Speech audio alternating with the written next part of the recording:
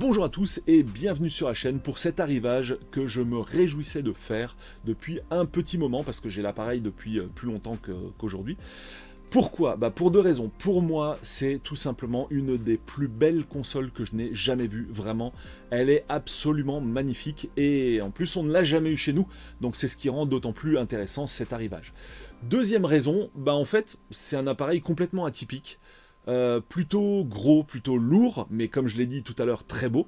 Et donc, quel est cet appareil ? Bon, vous le savez si vous avez vu la vignette, il n'y a pas vraiment de suspense. Je vais vous en parler tout de suite, juste après le générique. La plus belle console de Sony, même beaucoup plus belle que la PS5, c'est tout de suite, on en parle.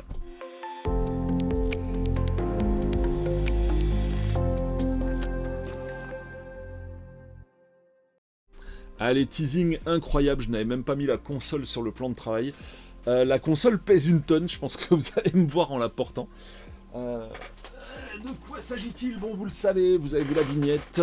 Eh oui, la PSX, oh, qui devient même transparente carrément à l'image. Alors, on va la mettre sur le plan de travail et puis on va regarder tout ça d'un peu plus près.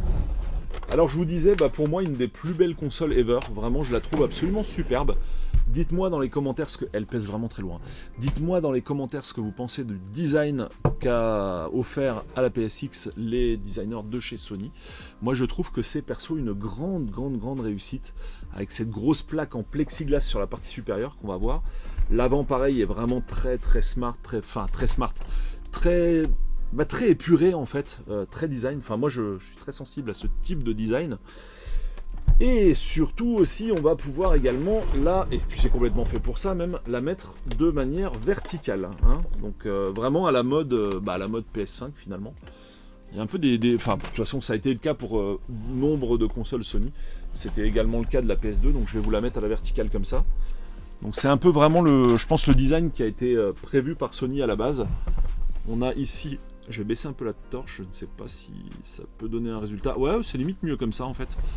Voilà, je vais la pousser, purée, elle est tellement grosse qu'elle ne rentre pas. Voilà, ok, donc là vous la voyez dans son ensemble. Donc là on a une grosse plaque de plexiglas sur le dessus, du plus bel effet. Donc on voit que ça finit par une zone transparente derrière laquelle vont s'allumer les LED de fonctionnement. Alors j'aurais peut-être dû commencer par le commencement, c'est quoi la PSX en fait ? La PSX en fait c'est une PS2 recarrossée mais équipée d'une fonction magnétoscope. Alors pourquoi magnétoscope ? C'était pas pour enregistrer ses parties à l'époque, peut-être aussi, j'en sais rien d'ailleurs, dites-le dans les commentaires si vous le savez. C'était surtout pour enregistrer la télé au Japon puisque la console est équipée d'un tuner TV. Et pourquoi c'est très intéressant ? Parce que souvenez-vous, dans un live de test matos du dimanche soir que je vous mets ici en lien en pastille, on avait testé le RF2AV d'AliExpress qui était censé permettre de convertir un signal RF, donc antenne, en signal RCA. Il s'avérait qu'en fait c'était un échec monumental, cet appareil, j'ai rien pu en sortir de toute la soirée. Eh bien, on va pouvoir le faire avec cette PSX. Et oui, donc c'est un peu utiliser un burin pour planter un clou, mais honnêtement, il n'y a pas 36 solutions. À moins que vous ayez une télé avec un tuner NTSC, c'est-à-dire une télé achetée au Japon, mais bon, une télé, pour ramener ça, que ce soit en avion ou même par transporteur, c'est quand même un peu compliqué, c'est quand même un peu cher. Là, vous pouvez le faire via une PSX. Alors vous allez me dire, c'est quand même incroyable, je ne vais pas payer 300 € pour faire ça. Non, en fait, cette PSX au Japon coûte 20 balles. Donc ça, c'est un truc complètement incroyable. Alors évidemment, vu que ça pèse 6 kg, vous voyez, c'est vraiment, ça pèse un ours, quoi. Il faut forcément se la faire ramener, donc on va payer le transport à un certain prix quand même, et également des frais de douane. Alors là, pour le coup, les frais de douane sur 20 €, c'est que dalle. Mais c'est quand même intéressant. Déjà, pour un collectionneur, l'appareil a un design de ouf. Et en plus, on pourra s'en servir du coup pour jouer à des consoles RF sur une télé française, en passant par le tuner de la PSX, ce qu'on verra dans un autre live probablement. Et puis voilà, ça fait quand même pas mal de raisons qui font que c'est pas mal de s'importer une PSX, mine de rien. Il y a quand même des aspects pratiques à la chose, c'est pas uniquement de la collecte, de la décoration. Alors ensuite, on va regarder l'arrière, les connectiques, purée, elle est vraiment très lourde. Et là on va se remettre la torche, vous voyez, il me manque c'est dommage, il manque un petit truc là. Ce qu'il y a d'autre à dire sur la PSX, c'est important. Bon, je l'ai plus ou moins signifié quand j'ai expliqué la fonction magnétoscope. Et oui, elle a un disque dur interne qui pouvait aller jusqu'à 250 Go. Et du coup, on peut enregistrer les émissions. Et là où c'est ultra cool, c'est que, alors je vous cache pas que j'ai quand même mis la PSX en fonctionnement avant le live. Là où c'est ultra cool, c'est que Vous voyez, on peut démonter cette partie pour accéder au câble. Le disque dur fonctionne encore sur cette PSX et le disque dur est bourré d'extraits de soit pub, soit séries, etc.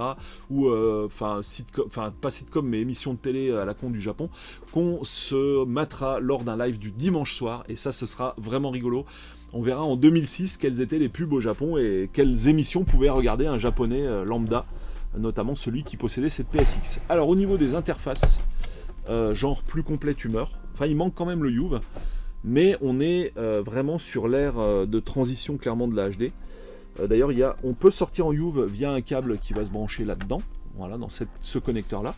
Les prises manettes sont à l'arrière de la console, ce qui n'est pas du tout pratique. Et d'ailleurs, la console n'était pas vendue avec des manettes, donc elle avait un positionnement très compliqué à l'époque, et je pense pas qu'elle ait très très bien marché, même si on en trouve quand même beaucoup sur Z-Market. On a des entrées, des sorties vidéo, des entrées, des sorties antennes, enfin c'est vraiment une dinguerie. Il y en a de partout, il y a du RJ45 je pense aussi, probablement. Alors là, pourquoi c'est barré, je ne sais pas, c'était peut-être pour rentrer directement un modem, en fait j'en sais rien. Mais je pense que c'est du RJ qu'on a derrière le petit autocollant jaune, vous voyez ici, je vais le montrer un peu mieux comme ça, voilà. Ce petit autocollant jaune. Donc voilà, c'est pas pratique clairement pour la connectique, pas de manette au déballage, c'est un petit coup dur quand même, il n'aide pas forcément la console à trouver preneur, mais en tout cas elle est bien cool, moi j'aime beaucoup. Elle a dû traîner dans un hangar, je ne sais pas, elle est bourrée de poussière à l'arrière, donc je remettrai le cache hors vidéo. Voilà. Donc voilà pour ce qui est de la PSX. Alors petit détail amusant, je me suis dit bah tiens, j'aimerais bien en avoir une en carton quoi, j'aime bien quand même avoir les cartons pour la collection. Et donc sans carton on les chope à 20 balles en junk, et puis avec le carton c'était 200 balles. Voilà. Donc c'est les cartons les plus chers que j'ai pu trouver en matière de collection au niveau de ce que je vois tourner du côté de Z-Market. Alors peut-être que la console marchait aussi, c'est peut-être ce qui fait la différence, mais il me semble que c'était aussi une junk, celle qui était à 200 balles en carton. Voilà, on en trouve surtout à poil, en plus celle-là n'avait pas la télécommande, donc il faudra que je retrouve une télécommande, même si de toute façon ça ne va pas servir à grand chose, puisque y a beaucoup de fonctionnalités qui ne vont plus fonctionner, et j'imagine que le lecteur DVD ne fonctionne pas sur cette machine, sinon elle n'aurait pas été vendue à 20 €, et paraît-il c'est très compliqué à réparer. Enfin, dernière chose à dire avant de conclure sur cette PSX, c'est la première console Sony, première je ne sais pas, mais première console de salon Sony à disposer du menu crossbar comme sur PS3. Donc il y a une PS2 qui dispose d'un menu de PS3, et la toute première, c'est celle que vous voyez là. On aura l'occasion de le voir lors du live du dimanche, même si elle ne prend pas les jeux, mais à minima le live du dimanche qui nous permettra de regarder ce qui était stocké dans le disque dur en matière d'émissions de télé au Japon. Je pense qu'il y a moyen de bien se marrer pendant un dimanche à regarder ça. J'ai commencé à regarder les choses et j'ai trouvé ça intéressant. Au final, j'ai cramé 1 heure à regarder tout ce qu'il y avait dans le disque dur, et donc je pense qu'il y aura matière à faire un bon petit live là-dessus. Voilà, je vous dis salut à tous, profitez bien de votre semaine, jouez bien, rétro ou moderne, peu importe, l'essentiel c'est de vous éclater. À bientôt pour d'autres vidéos, ciao.